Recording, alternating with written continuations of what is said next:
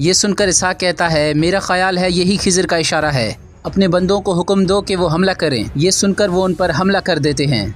यहाँ रात को के सिपाही नीचे आ जाते हैं तो वहाँ पर देखते हैं कि बहुत सारा पानी जमा हो चुका होता है। वो उन सुराखों को बंद करने की कोशिश करते हैं लेकिन वो नाकाम हो जाते हैं। रात को का कप्तान रात को से कहता है कश्ती में बहुत सारा पानी जमा हो गया है, हम डूब जाएंगे। इसी दौरान उन पर एक और हमला हो जाता है। यहाँ खिज़र और निको बाहर आ जाते हैं। निको कहता है अब हमारा काम ख़त्म हो गया। ये सुनकर खिज़र मुस्कुराने लग जाता है।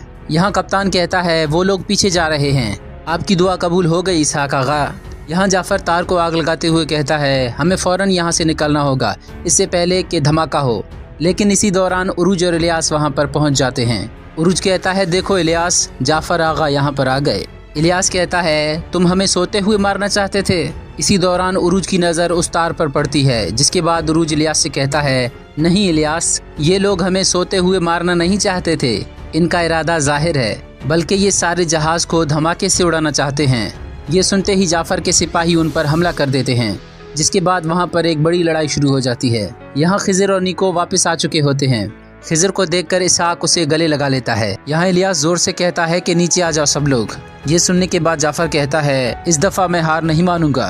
ये कहकर वो दरवाजे की तरफ चला जाता है। इससे पहले कि उरूज के बाकी सिपाही वहाँ पर आ जाते, जाफ़र वो दरवाज़ा बंद कर देता है। ये देखकर सिकंदर कहता है अगर इस्कंदरिया की सारी मिट्टी भी पानी में मिला दी जाए तो भी वो इतनी गंदी मिट्टी नहीं बनेगी जिस मिट्टी से तुम बने हो जाफ़र। जिसके बाद वो यारेले से कहता है कि दरवाजे को तोड़ दो, और यारेले उसे तोड़ने लग जाता है। अंदर जाफ़र कहता है तुमने ठीक कहा था उरूज, मैं आग लगाना चाहता था, अगर मैं मरूंगा तो तुम भी मरोगे और ये कहानी यहाँ पर ही ख़त्म हो जाएगी। ये कहकर वो बारूद में आग डालने लगता है। लेकिन इसी दौरान उरूज वहाँ पर आ जाता है और वो उस आग को बुझाकर कहता है काफ़ी हो गया जाफ़र, अभी हमारा हज़रत इज़राइल से मिलने में काफ़ी वक्त बाकी है। ये कहकर वो उस पर हमला करता है, जिसके बाद वो बेहोश हो जाता है। इसी दौरान दूसरे सिपाही भी अंदर आ जाते हैं, लेकिन इलियास ने सबका खात्मा कर दिया होता है। इलियास कहता है तुम लोगों की किस्मत में नहीं था भाई। उरूज कहता है जो जिंदा बच गए उन्हें बांध दो।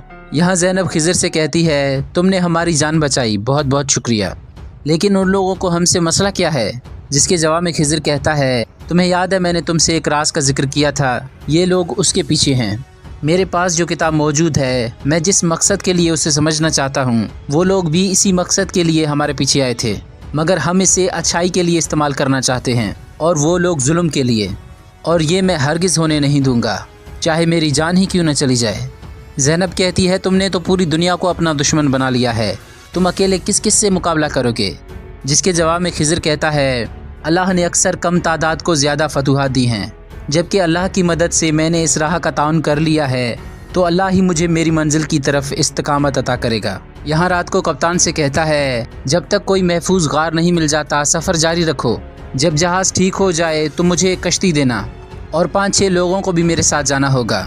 कप्तान कहता है मैं समझा नहीं जनाब, आप कहाँ जाना चाहते हैं। जिसके जवाब में रात को कहता है इस्कंदरिया। यहाँ पेत्रो के किले में एक पार्टी जारी होती है और एंतवान भी पेत्रो के साथ ही मौजूद होता है। पेत्रो उससे कहता है खाना खाओ, मुझे लगता है कि तुमने काफ़ी अरसे से खाना नहीं खाया। जिसके जवाब में एंतवान कहता है मैं उस चीज़ को नहीं खाता जिसका शिकार मैंने खुद न किया हो। ये सुनकर पेत्रो उस खाने में से थोड़ा खाकर कहता है देखो मैंने भी खाया, इसमें जहर नहीं है।